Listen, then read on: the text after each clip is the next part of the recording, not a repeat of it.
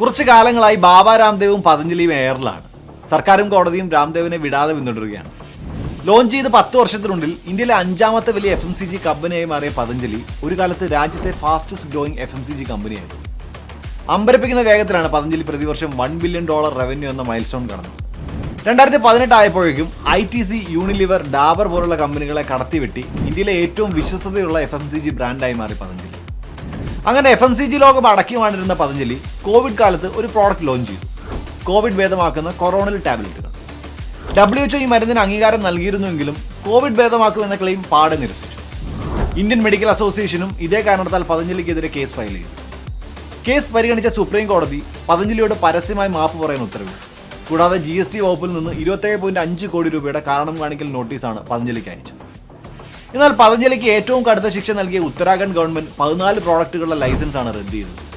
ഇതിൽ ചിലതൊക്കെ വളരെ